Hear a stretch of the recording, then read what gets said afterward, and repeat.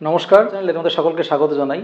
দেখো, তোমাদের 2000 পরীক্ষাটা, তো সেই টেট পরীক্ষাটাকে লক্ষ্য রেখে আমাদের জ্যামিতি থেকে অবশ্যই প্রত্যেকটা টেট পরীক্ষায় কিন্তু জ্যামিতি থেকে প্রশ্ন থাকে এবং খুব ভাইটাল পার্ট, প্রশ্ন অবশ্যই থাকবে।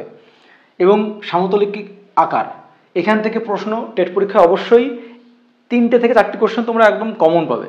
এবং এই জ্যামিতি থেকে তোমাদের কোন কোন ধরনের প্রশ্ন আসে, কোন কোন প্যাটার্নের প্রশ্ন আসে, সেগুলো আমি তোমাদের সামনে তুলে ধরবো A to Z। তোমরা যদি পুরো ভিডিওটা দেখো তাহলে তোমাদের জ্যামিতি থেকে যে প্রশ্নগুলো তোমরা আশা করি কমন পেয়ে যাবে। তো আমি একদম শুরু থেকে যাচ্ছি, যেগুলো প্রত্যেকটা পার্টি তোমাদের জানতে হবে, কারণ তোমাদের এখান থেকে MCQ আসতে পারে। শুরু থেকে শেষ পর্যন্ত দেখো, তাহলে আশা করি তোমাদের জ্যামিতি নিয়ে যে প্রবলেমগুলো সেগুলো সলভ হয়ে যাবে। দেখো, আমরা একদম শুরু থেকে জানবো A to Z, আমাদের শেষ পর্যন্ত কোনো প্রবলেম না থাকে। আচ্ছা, তাহলে প্রথমে আমাদের সমতলিক আকারের প্রথম আমরা জানবো যে বিন্দু কি জিনিস। আচ্ছা, বিন্দু, এই যে আমরা লিখি বিন্দু, তো বিন্দু জিনিসটা কি? আমরা একদম শুরু থেকে লিখছি, তো শুরু থেকে জানছি, এই জন্য একটু প্রথম থেকেই বলছি। তোমরা যারা একটু জানো তারা স্কিপ করতে পারো, যারা জানো না তারা অবশ্যই জানো না। বিন্দু তোমাদের কিন্তু এখানে MCQ হিসেবে দিতে পারে, প্যাডাগোগি পার্টে দিতে পারে। বিন্দু কি? বিন্দু একটি জ্যামিতিক ধারণা যার দৈর্ঘ্য প্রস্থ নেই, অবস্থান আছে কেবল। তাহলে বিন্দু কি? বিন্দু একটি জ্যামিতিক ধারণা, বিন্দু একটি জ্যামিতিক ধারণা যার দৈর্ঘ্য প্রস্থ নেই। এই যে একটা বিন্দু যার কি নেই, দৈর্ঘ্য নেই, প্রস্থ নেই, কিন্তু একটা অবস্থান আছে, জাস্ট কি একটা অবস্থান আছে, তো এটাই তো বিন্দু। তো এটা হলো বিন্দু গেল। দেখো, আমি কিন্তু এইখান থেকে একদম পুরো জ্যামিতি থেকে তোমাদের যে প্রশ্নগুলো আসে সে হাই লেভেল পর্যন্ত যাবো। আচ্ছা, সরল রেখা কাকে বলে তোমাদের এটা জানতে হবে। তাহলে কোনো বিন্দু দিক পরিবর্তন না করে গতিশীল থাকলে সেই পথকে সরলরেখা বলে। তাহলে কোনো বিন্দু দিক পরিবর্তন না করে, আমরা যদি বলি কোনো বিন্দু এখান থেকে একটা বিন্দু নিলাম, সেই বিন্দু দিক পরিবর্তন না করে সরল পথে চলতে থাকে, তাহলে সেটাই তার কি? সেটাই সে, মনে করো এটা এই দিকে যাচ্ছে, এটা এই দিকে যাচ্ছে, তাহলে দিক পরিবর্তন না করে, এটা আমি যদি এ দিক বি দিক ধরি, এটা বি দিক ধরি, তাহলে দিক পরিবর্তন না করে যখন চলতে থাকে তখন সেটা কি হচ্ছে? সরল রেখা। তাহলে সরল রেখা কাকে বলে? কোনো বিন্দু দিক পরিবর্তন না করে গতিশীল থাকে, তার যে পথ, সেই পথকেই তার কি বলে? সেই পথকেই তার সরল রেখা বলে। এটা গেল সরল রেখা। তো তোমরা অবশ্যই এটা মেমোরাইজ করার চেষ্টা করবে। দেখো, রেখাংশটা হয়ে গেলে এরপর আমরা কোণে চলে আসবো, কোণ নিয়ে তারপর আমরা ত্রিভুজে ঢুকবো। A to Z সব জেনে হুট করে আমি তোমাদের ডাইরেক্ট জ্যামিতি চলে যাই, তোমরা কিছু বুঝতে পারবে না, এই জন্য আমরা শুরু থেকে যাচ্ছি। এবার আমরা জানবো রেখাংশ। তাহলে রেখাংশ কি? সরল রেখা, এই সরল রেখা যার নির্দিষ্ট দৈর্ঘ্য আছে, এটা A, এটা B, সেটাই রেখাংশ। এটা তো মনে করো সরল রেখা ছিল যে নির্দিষ্ট পথে চলছে, সেটা সরল রেখা। আচ্ছা, গতিশীলভাবে চলছে, এটা সরল রেখা গেল। আর রেখাংশ কি? যে সরল রেখার নির্দিষ্ট পথ, বা নির্দিষ্ট যে অংশটুকু, এই যে নির্দিষ্ট অংশ এইটুকু, তাহলে এইটুকু তার রেখাংশ, AB রেখাংশ। তাহলে নির্দিষ্ট অংশ হলো রেখাংশ। আমরা কি বলবো? যে সরল রেখার একটি টুকরো বা নির্দিষ্ট দৈর্ঘ্য, সেটা হলো তার রেখাংশ। এটা ক্লিয়ার? রেখাংশ গেল। এবার আমরা জানবো যে কোণ। কোণটা খুব ইম্পর্টেন্ট। কোণ জানবো। পরস্পর ছেদি সরল রেখা, পরস্পর ছেদি বলতে কি? এরকম একটা দাগ দিলাম, তো পরস্পর ছেদি দুটি সরল রেখা যে মধ্যবর্তী যে কোণ উৎপন্ন হয়, এই যে মধ্যবর্তী যে কোণ উৎপন্ন হয় সেটাকেই কি বলে? কোণ বলে। মধ্যবর্তী যে কোণ উৎপন্ন হয় সেটাকে কি বলে? কোণ বলে। তাহলে পরস্পর ছেদি যে সরল রেখা, মধ্যবর্তী যে চিত্র বা কোণ উৎপন্ন হয় সেটাকেই কোণ বলে। তাহলে পরস্পর ছেদি, পরস্পরকে ছেদ করছে, পরস্পর ছেদি যে সরল রেখা, এই যে মধ্যবর্তী, এখানে যে কোণ উৎপন্ন হচ্ছে সেই কোণটাই হচ্ছিল তোমার মধ্যবর্তী যে চিত্র উৎপন্ন হচ্ছে সেটাই কোণ। আচ্ছা, এবার কোণ সম্বন্ধে আমাদের একটু ডিটেলস কনসেপ্ট বা ধারণা রাখতে হবে। ধারণাটা কি? দেখো, প্রথমে হচ্ছিল আমাদের জানতে হবে যে সূক্ষ্মকোণ কি। সূক্ষ্মকোণ, দেখো আমি তোমাদের শর্টে বোঝানোর চেষ্টা করছি। সূক্ষ্মকোণ প্রথমে জানতে হবে সূক্ষ্মকোণ। তাহলে সূক্ষ্মকোণ, আমি যদি এরকম একটা লম্বা সরলরেখা অঙ্কন করি, অঙ্কন করার পর দেখো, যদি আমি সোজাভাবে একটা দাগ দিই তাহলে সেটা কি? এটা কি হবে? এটা হবে সমকোণ। এক সমকোণ মানে কি? এক সমকোণ মানে 90 ডিগ্রি। এক সমকোণ মানে 90 ডিগ্রি। এক সমকোণ মানে 90 ডিগ্রি। যখন 90 ডিগ্রির কম হয় তখন সেটা কি হয়? সূক্ষ্মকোণ হয়। 90 ডিগ্রির কম, মনে করো এটা এক সমকোণ 90 ডিগ্রি, তাহলে এর থেকে যদি কম হয়, যদি রেখা এরকমও থাকে, তাহলে কিন্তু সেটা কি? সূক্ষ্মকোণ হয়ে গেল। যদি মনে করো রেখা এরকম থাকতো, তাহলে মনে করো এটা নেই, তাহলে কি হতো? এটা সূক্ষ্মকোণ হয়ে যেত। বুঝতে পারলে? তাহলে মনে রাখবে যে সূক্ষ্মকোণ কি? যখন 90 ডিগ্রির কম, এটা 30 ডিগ্রি হোক, 30 ডিগ্রি হোক বা 40 ডিগ্রি হোক, 42 ডিগ্রি হোক, যাই হোক না কেন, ধরে নিলাম যে এটা 60 ডিগ্রি ধরলাম। তাহলে মনে রাখবে সূক্ষ্মকোণ কি, যে কোণটা 90 ডিগ্রির কম, 90 ডিগ্রি কম হলে সেটা সূক্ষ্মকোণ। সমকোণটা কি, সমকোণটা হলো 90 ডিগ্রির সমান হবে, ডাইরেক্ট 90 ডিগ্রির সমান, সেটা সমকোণ হবে। তাহলে এটা তো গেল সূক্ষ্মকোণ, তাহলে এবার এখানে আমরা যদি সমকোণ আঁকি, এটা গেল সূক্ষ্মকোণ, সূক্ষ্মকোণ গেল। এবার আমরা সমকোণ আঁকবো, কি করবো, সমকোণ। সমকোণ মানে 90 ডিগ্রি, সমকোণ মানে 90 ডিগ্রির সমান, 90 ডিগ্রির সমান হলে সেটা সমকোণ হয়, এটা সমকোণ। 90 ডিগ্রির বেশি কিন্তু 180 ডিগ্রির কম, 90 ডিগ্রির বেশি 180 ডিগ্রির কম, সেটা হচ্ছে কি, সেটাই তোমার স্থূলকোণ। আর স্থূলকোণ তাহলে অঙ্কন করি। তাহলে এটা যদি দেখো, এইটা পুরোটা যদি 90 ডিগ্রি হয়, তাহলে 90 ডিগ্রির বেশি কিন্তু 180 ডিগ্রির কম, তাহলে কি হবে, কোনটা নিশ্চয়ই এরকম জায়গা হবে, এরকম কোনটা হবে।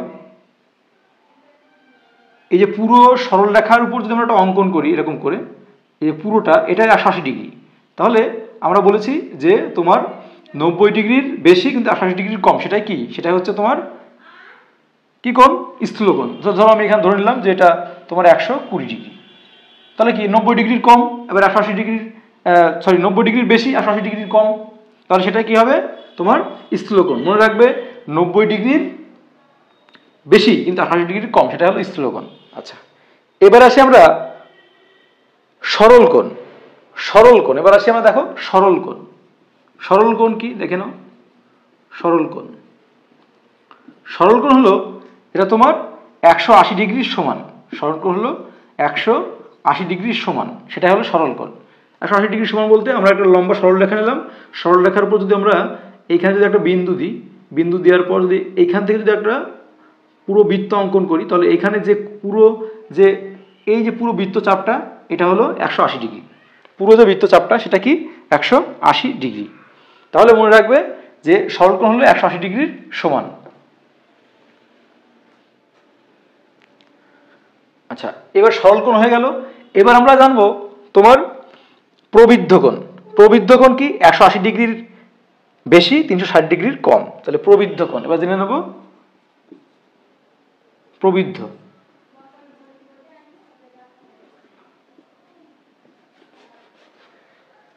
দেখো এবার আমরা জানবো, দেখো এবার আমরা জেনে নেব প্রবৃদ্ধ কোণ। কি কোণ, প্রবৃদ্ধ। তাহলে প্রবৃদ্ধ কোণ কি, প্রবৃদ্ধ কোণ তোমরা জেনে নাও, যেটা কি তোমার 180 ডিগ্রির বেশি কিন্তু 360 ডিগ্রির কম। তাহলে 180 ডিগ্রির কি বেশি, 180 ডিগ্রির বেশি হতে হবে, 180 ডিগ্রির বেশি কিন্তু তোমার 360 ডিগ্রির কম। 360 যে ডিগ্রি, 360 ডিগ্রি তার কি হবে, তার কম হবে, 360 ডিগ্রির কম, 360 ডিগ্রির কম। এটা হলো প্রবৃদ্ধ কোণ। তা প্রবৃদ্ধ কোণের চিত্রটা আমি তোমাদের দেখিয়ে দিচ্ছি। আসে, তাহলে এইখান থেকে বিন্দু করে যদি আমরা এইভাবে করে একটা চাপ আঁকি, তাহলে এই যে পুরো চাপটা এখান থেকে সরলরেখা হলে কি হতো, সরলরেখা হলে এইটুকু হলে 180 ডিগ্রি হতো, আর তার থেকে এই যে বেশি 180 ডিগ্রির বেশি হলে সেটা কি হয়, সেটা প্রবৃদ্ধ কোণ হয়, আর 360 ডিগ্রির কম 190 ডিগ্রি সাপোজ ধরে নিলাম। তাহলে সেটা হলো তোমার কি হলো, এটা হলো প্রবৃদ্ধ কোণ হলো। সম্পূর্ণ কোণ, সম্পূর্ণ কোণ কি, সম্পূর্ণ কোণ হলো 360 ডিগ্রির সমান, সম্পূর্ণ কোণ হলো 360 ডিগ্রির সমান, এটা হলো সম্পূর্ণ কোণ। এটা গেল সম্পূর্ণ কোণ 360 ডিগ্রি বলতে। এই যদি একটা আমি এখানে একটা বৃত্ত অঙ্কন করি, দেখো এই বৃত্তর চারপাশে যে পুরো এই যে এখান থেকে যদি বৃত্ত অঙ্কন করি, পুরো যে চাপটা, এই পুরো চাপটাই পুরোটা 180, উপর দেখো উপরের চাপটাকে 180 আর নিচের চাপটাকে 180, তাহলে কত হলো 360। তাহলে এই সম্পূর্ণ কোণ হলো 360 ডিগ্রি। তো দেখো আশা করি তোমাদের কাছে সূক্ষ্মকোণ, সমকোণ, স্থূলকোণ, সরল কোণ, প্রবৃদ্ধ কোণ, সম্পূর্ণ কোণ ক্লিয়ার হলো। তারপর আমি আরেকবার তোমাদের ক্লিয়ার করছি। সূক্ষ্মকোণ যেটা হবে 90 ডিগ্রির কম হলেই সেটা সূক্ষ্মকোণ হবে। তারপরে সমকোণ 90 ডিগ্রির সমান, 90 ডিগ্রি হলে সেটা সমকোণ। তারপর স্থূলকোণ যেটা 90 ডিগ্রির বেশি কিন্তু 180 ডিগ্রির কম, 90 ডিগ্রির বেশি কিন্তু 180 ডিগ্রির কম, সেটা হচ্ছে তোমার স্থূলকোণ। তারপর সরল কোণ যেটা 180 ডিগ্রির সমান, 180 ডিগ্রির সমান হলে সেটা সরল কোণ। প্রবৃদ্ধ কোণ কি, যেটা 180 ডিগ্রির বেশি 360 ডিগ্রির কম, সেটা প্রবৃদ্ধ কোণ। আর সম্পূর্ণ কোণ কি, যেটা 360 ডিগ্রির সমান, তাহলে সেটা হলো সম্পূর্ণ কোণ। তো এই হলো তোমাদের কোণ সম্বন্ধে কনসেপ্ট দিলাম। এবার আমরা স্টেপ বাই স্টেপ সামনের দিকে আগাবো। এবার দেখো আমরা ত্রিভুজ সম্বন্ধে জানবো। কারণ ত্রিভুজ থেকে প্রশ্ন থাকে তোমাদের পরীক্ষায়। এবার ত্রিভুজ সম্বন্ধে জানবো। তো তোমরা এই যে আমরা একটা ত্রিভুজ, দেখো এখানে আমি একটা ত্রিভুজ অঙ্কন করলাম, এখানে ত্রিভুজটার নাম দিলাম এ বি আর একটা সি। তাহলে এই ত্রিভুজের বৈশিষ্ট্য আমাদের জানতে হবে, কারণ পরীক্ষায় ত্রিভুজের বৈশিষ্ট্য থেকেও এমসিকিউ আকারে প্রশ্ন থাকতে পারে। এবং এই নিয়ে তোমাদের যে ধরনের প্রশ্ন আসে সেগুলো কিন্তু আমি ডিসক্রিপটিভ পার্ট বাই পার্ট যাব। দেখো আমরা ত্রিভুজের 3টি কোণের সমষ্টি কত হয়, মনে রাখবে ত্রিভুজের 3টি কোণের সমষ্টি 180 ডিগ্রি। ত্রিভুজের 3টি কোণের সমষ্টি, ত্রিভুজের 3টি কোণের সমষ্টি মনে রাখবে সমষ্টি কি হয়, 180 ডিগ্রি হয়। তাহলে 3টি কোণের সমষ্টি যদি 180 ডিগ্রি হয়, তাহলে এক একটা কোণ কত করে হয়, যদি 3টে কোণই সমকোণ হয়, 3টে কোণ যদি সমান হয়, তাহলে এই 180কে যদি আমরা 3 দিয়ে ভাগ করে তাহলে বলতে পারি 3 6 18। তার মানে আমরা বলতে পারি এই যে এক একটা কোণ সব 60 ডিগ্রি করে হয়, তাই তো? এই যে এক একটা কোণ 60 ডিগ্রি করে, সব 3টে কোণ 60 ডিগ্রি যদি সমকোণ হয়, সমবাহু কোণ হয়, তাহলে 3টেই, তাহলে 3 6 18। তাহলে এটা কিন্তু বৈশিষ্ট্য ত্রিভুজের, যে ত্রিভুজের 3টি কোণের সমষ্টি 180 ডিগ্রি হয়। আর কি বৈশিষ্ট্য আছে ত্রিভুজের? বৈশিষ্ট্য হলো ত্রিভুজের যে কোনো দুটি বাহুর সমষ্টি তৃতীয় বাহু অপেক্ষা বৃহত্তর। এটা কিন্তু মোস্ট ইম্পর্টেন্ট। ত্রিভুজের যে কোনো দুটি বাহুর সমষ্টি তৃতীয় বাহু অপেক্ষা বৃহত্তর। আচ্ছা আমি বুঝিয়ে দিচ্ছি ব্যাপারটা কি। ত্রিভুজের যে কোনো দুটি বাহুর সমষ্টি, যে কোনো দুটো বাহু, মনে করো ধরে নাও এই বাহুটা আর এই বাহুটা, যে কোনো দুটো বাহু, এই বাহু আর এই বাহু, এই দুটো বাহুর সমষ্টি তৃতীয় বাহু অপেক্ষা বৃহত্তর হতে হবে, তাহলে এটা ত্রিভুজ অঙ্কন করা যাবে, মানে ত্রিভুজের বৈশিষ্ট্য মানবে, তাহলে ত্রিভুজ অঙ্কন করা যাবে। তাহলে আমি যদি দেখো দুটি বাহুর সমষ্টি, তোমাদের এখান থেকে কিন্তু এমসিকিউ অবশ্যই থাকে এই কোশ্চেনটা দিয়ে। তাহলে ত্রিভুজের দুটি বাহুর সমষ্টি আমি ধরে নিলাম এই ত্রিভুজের বাহুর দৈর্ঘ্য হচ্ছে 7, এটা ধরলাম 4, আর এটা ধরলাম আমি 5। এবার আমি কি বলেছি, ত্রিভুজের যে কোনো দুটি বাহুর সমষ্টি তৃতীয় বাহু অপেক্ষা বৃহত্তর। তাহলে যে কোনো দুটি বাহু নিই, আমি যদি এই দুটো বাহু নিই, দেখো 7 আর 5 12 হচ্ছে, তাহলে তৃতীয় বাহু কত, 4, তৃতীয় বাহু অপেক্ষা বৃহত্তর হয়েছে, তৃতীয় বাহু অপেক্ষা বৃহত্তর হয়েছে। আবার আমি যদি এই দুটো বাহু নিই, দেখো আমি যদি আবার এই দুটো বাহু নিই, এই দুটো বাহু মনে করি ধরলাম ত্রিভুজের দুটি বাহু, তাহলে 4 আর 5 কত হচ্ছে 9, তাহলে তৃতীয় বাহু কত 7, 7 অপেক্ষা বৃহত্তর, দেখো তৃতীয় বাহু অপেক্ষা বৃহত্তর। তাহলে আমি বলতে পারি এটা আদর্শগতভাবে সঠিক। তোমাদের কিন্তু এখান থেকে প্রশ্ন অবশ্যই একটা কোশ্চেন থাকেই এটা দিয়ে, তোমাদের একটা অপশন দিয়ে দেবে এরকম করে, যে এর মধ্যে কোনটি ত্রিভুজের বৈশিষ্ট্য মেনেছে বা কোনটি মানেনি, এরকম করে থাকবে। অতিভুজ স্কয়ার সমান সমান লম্ব স্কয়ার যোগ ভূমি স্কয়ার, এটা ত্রিভুজের কোন সূত্র, এটা কিন্তু সমকোণীর পিথাগোরাসের উপপাদ্য সূত্র থেকে নেওয়া, এখান থেকে প্রশ্ন থাকে। পূরক কোণ কি, যখন দুটি কোণের সমষ্টি 90 ডিগ্রি হয়, যখন দুটি কোণের সমষ্টি কত হয় 90 ডিগ্রি হয়, যখন মনে রাখবে যখন দুটি কোণের সমষ্টি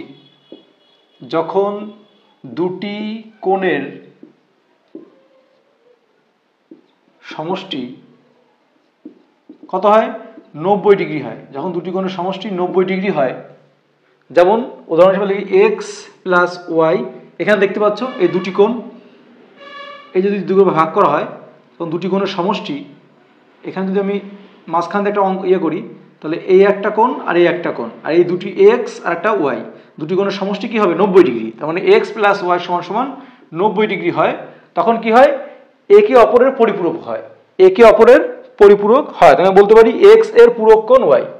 যখন দুটি কোণের সমষ্টি 90 ডিগ্রি হয়, তখন বলতে পারি এক্স এর পূরক কোণ কি হবে 90 ডিগ্রি, এক্স এর পূরক কোণ ওয়াই, হলো ওয়াই। আমরা তো পূরক কোণ দেখলাম, এবার আমরা দেখব সম্পূরক কোণ। দেখা গেল কিন্তু পরীক্ষায় আসে, এবং এখান থেকে পরীক্ষায় কিরকম অঙ্ক আসে সেগুলো কোনগুলো এসেছে সেগুলো তোমাদের সঙ্গে আমি করাবো, তো চাপ নেই। দেখো তো সম্পূরক কোণটা দেখে নিই। সম্পূরকটা কি, দেখো আমরা বলেছিলাম যখন দুটি কোণের সমষ্টি 90 ডিগ্রি হয়, তখন এক্স প্লাস ওয়াই সমান 90 ডিগ্রি, তাহলে এক্স এর পূরক কোণ ওয়াই। ঠিক তেমনি সম্পূরক কোণ যখন দুটি কোণের সমষ্টি 180 ডিগ্রি হয়, মানে লিখছি না, বুঝে নাও, যখন দুটি কোণের সমষ্টি কি হবে 180 ডিগ্রি হবে। যেমন আমরা বলতে পারি এক্স প্লাস ওয়াই, এখানে তো আমি সম্পূরক কোণের একটা চিত্র দিয়েছি, এই যে 180 ডিগ্রি পুরো আমরা জানি, একটু আগে তোমাদের আমি দেখালাম যে 180 ডিগ্রি কী হয়, 180 ডিগ্রি পুরো বৃত্ত চাপটা, এই যে পুরো চাপটা সেটা তো 180 ডিগ্রি। তাহলে 180 ডিগ্রি হলো এক্স প্লাস ওয়াই সমান সমান 180 ডিগ্রি হয়। তার মানে এক্স এর সম্পূরক কোণ, এক্স এর সম্পূরক কোণ ওয়াই বা ওয়াই এর সম্পূরক কোণ এক্স। তাহলে মনে রাখবে এখান থেকে কিন্তু প্রশ্ন থাকে এবং কোন প্রশ্নগুলো থাকে সেগুলো তোমাদের আমি দেখাবো। টোটাল মোট কথা এই জ্যামিতি থেকে তোমাদের যে প্রশ্নগুলো আসে সবগুলো আমি করিয়ে দেবো।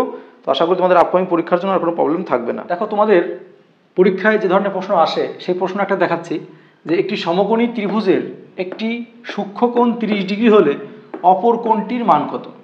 তাহলে একটা সমকোণী ত্রিভুজ, এটা যদি সমকোণী ত্রিভুজ হয় দেখে নাও আমরা কীভাবে করি। একটু আগে আমরা শেখালাম একটি সমকোণী মানে কি, একটু আগে বললাম যে সমকোণ মানে এই কোণটা নিশ্চয়ই 90 ডিগ্রি সমকোণ। তাহলে আমি এটা নাম দিয়ে, এটা বি, এটা সি।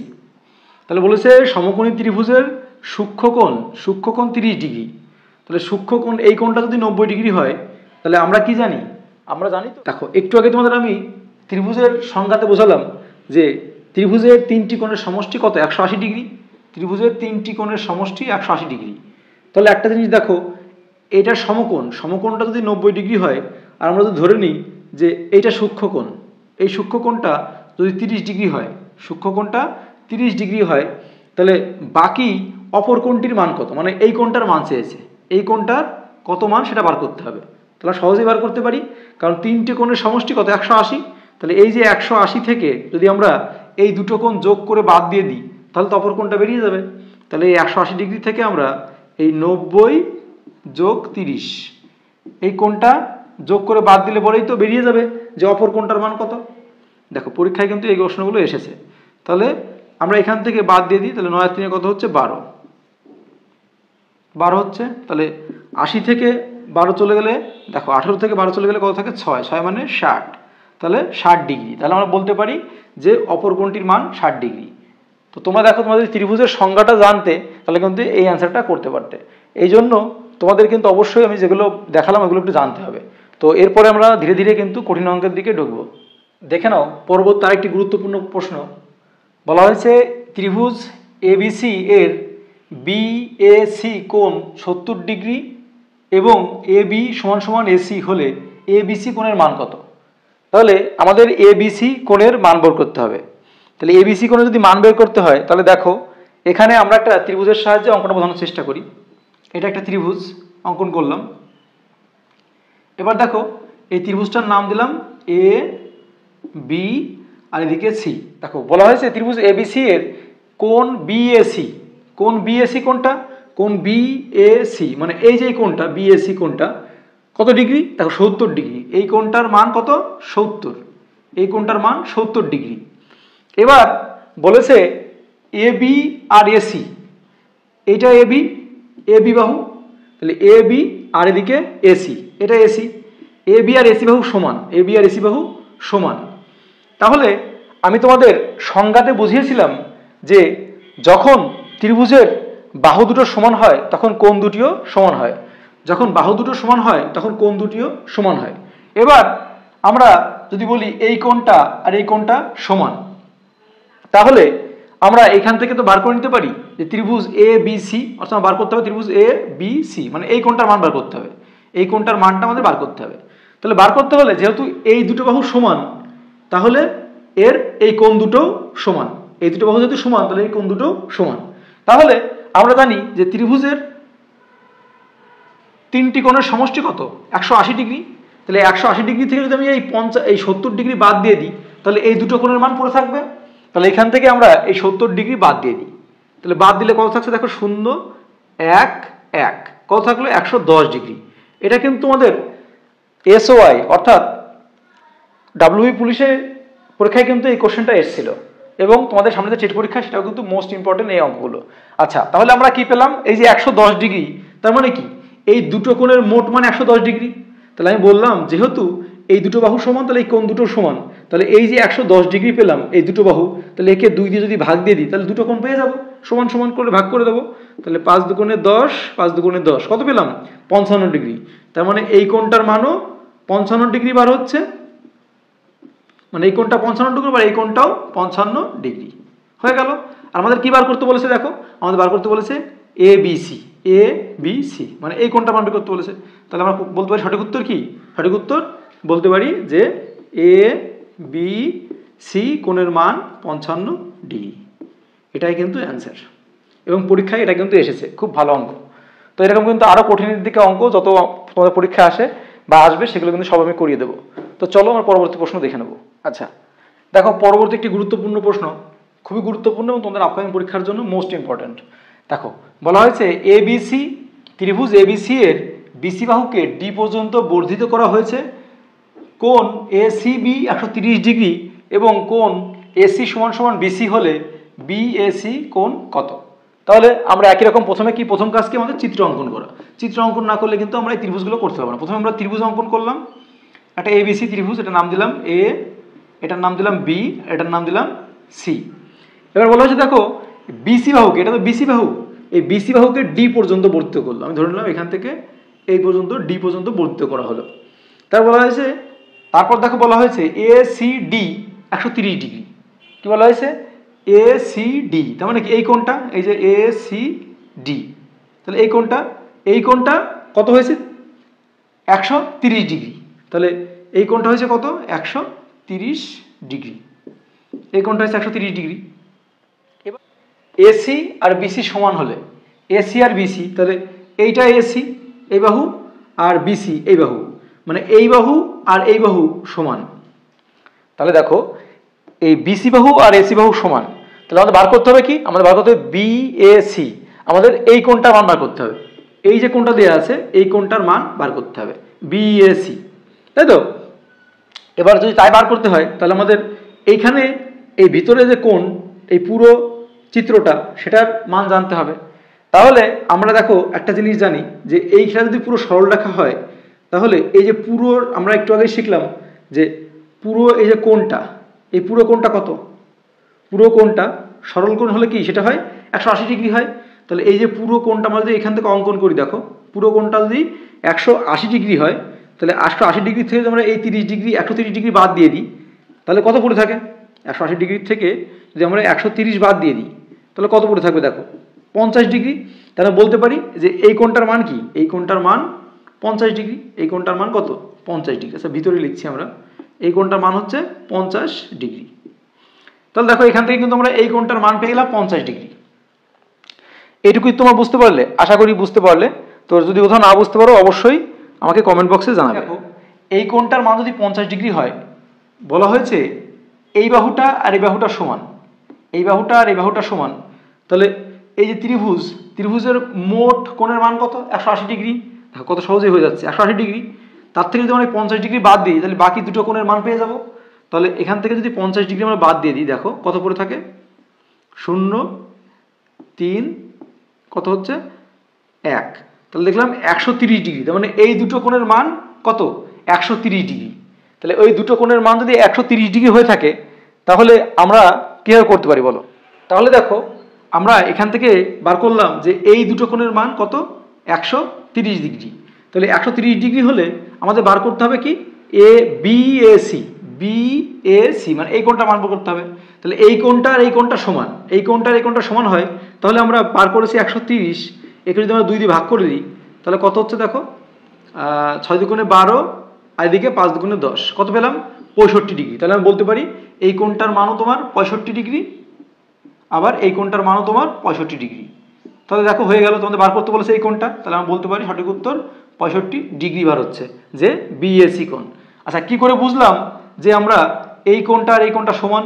সেটা দেখো এখান থেকে বেরিয়ে যাচ্ছে এই যে এ সি ডি, আমরা বলতে পারি এ সি ডি কোণ সমান কত? 130 ডিগ্রি। এবার এই যে তোমার দেখতে পাচ্ছ এ সি ডি, তার মধ্যে এসি আর কি? এসি আর বিসি সমান, এসি আর বিসি সমান। তাহলে এখান থেকে তোমরা বলতে পারি যে এসি আর বিসি সমান। এখান থেকে বলা হয়েছে দেখো এ সি ডি কোণের মান 130 ডিগ্রি, আর এদিকে বলা হয়েছে এই এসি কোণ আর এদিকে বিসি কোণ, এই এসি কোণ আর বিসি কোণ সমান। তাহলে এখান থেকে বলতে পারি তো আমরা যে এ সি ডি 130 ডিগ্রি, আর এদিকে এসি কোণ আর বিসি কোণ সমান, তাই এখান থেকে দেখো সিসি কেটে যাচ্ছে। সিসি যদি কেটে যায় তাহলে এদিকে পড়ে থাকছে কি এ কোণ ইজ ইকুয়াল টু বি কোণ। তাহলে এবার এ কোণ ইজ ইকুয়াল টু বি কোণ, তাহলে এই এ কোণ আর বি কোণ সমান, তাই আমরা বলতে পারি এই কোণ আর এই কোণ সমান। প্রমাণ করে দিলাম। দেখো তোমাদের সঙ্গে আমি এই পর্যন্ত কমপ্লিট করলাম একটা পার্টে। তো পুরো পার্ট করতে গেলে অনেক বড় হয়ে যাবে, দীর্ঘায়িত হয়ে যাবে, এই জন্য আমি আর একটা পার্ট নিয়ে আসবো। সেকেন্ড পার্টে তোমাদের এই জ্যামিতি নিয়ে যত প্রশ্ন আছে, এরকম তোমাদের আপকামিং টেট পরীক্ষা বলো, সামনে যে পরীক্ষাগুলো আছে সেই পরীক্ষায় তোমরা কমন পাবে, এটুকু নিশ্চিত থাকো। এবং যেগুলো আসে পরীক্ষায়, যে প্যাটার্নগুলো, সব প্যাটার্নের জ্যামিতি থেকে যে প্রশ্নগুলো আছে সবগুলো আমি করিয়ে দেবো। তো প্রথম পার্টে আমি এগুলো কমপ্লিট করলাম, সেকেন্ড পার্টে বাকিগুলো কমপ্লিট করবো। তো চলো প্রিয় শিক্ষার্থী বন্ধুরা, সকলে ভালো থেকো, সুস্থ থেকো। আর আমাদের চ্যানেলে নতুন শিক্ষার্থী বন্ধু হয়ে থাকলে অবশ্যই কিন্তু একটু লাইক করো আর সাবস্ক্রাইব করতে ভুলো না। চলো আজকের মধ্যে এখানেই বাই।